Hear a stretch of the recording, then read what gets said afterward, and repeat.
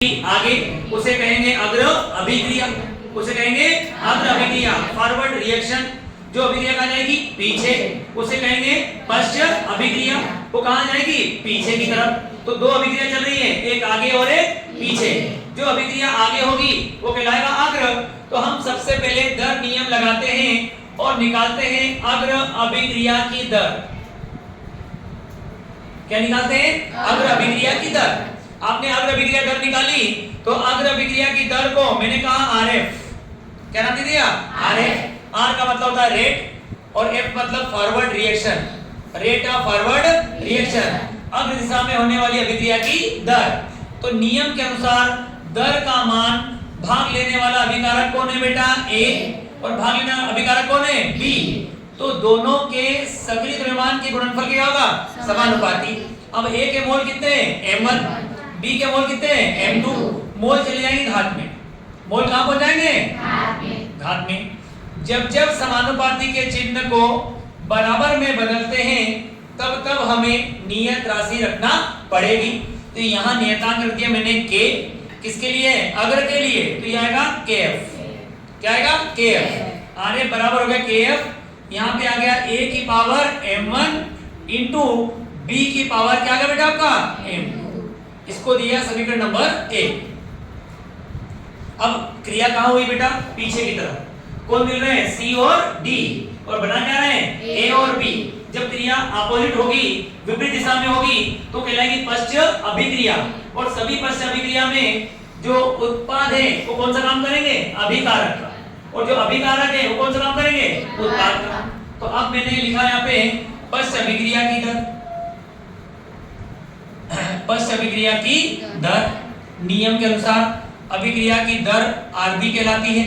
B मतलब backward, are मतलब दर है ना, बैकवर्ड मतलब पीछे होने वाली क्रिया की दर का मान समानुपाती होगा भाग लेने वाला अभिकारक। अब कौन हो गया? सी, और कौन हो गया यहाँ पे? डी। सी के मोल कितने हैं? n1, डी के मोल कितने हैं? n2। इसको भी बदले क्या में? बराबर। तो यहाँ पे आ जाएगा आर बी। रखना पड़ेगा नियतांक, क्या दिया? के। किसके लिए? पश्च के लिए, इसलिए लिखेंगे बी। यहाँ पे आया सी की पावर n1 और डी की पावर क्या आया? n2। इसको दिया समीकरण नंबर 2। अब अवस्था कौन सी बेटा आपकी? साम्य।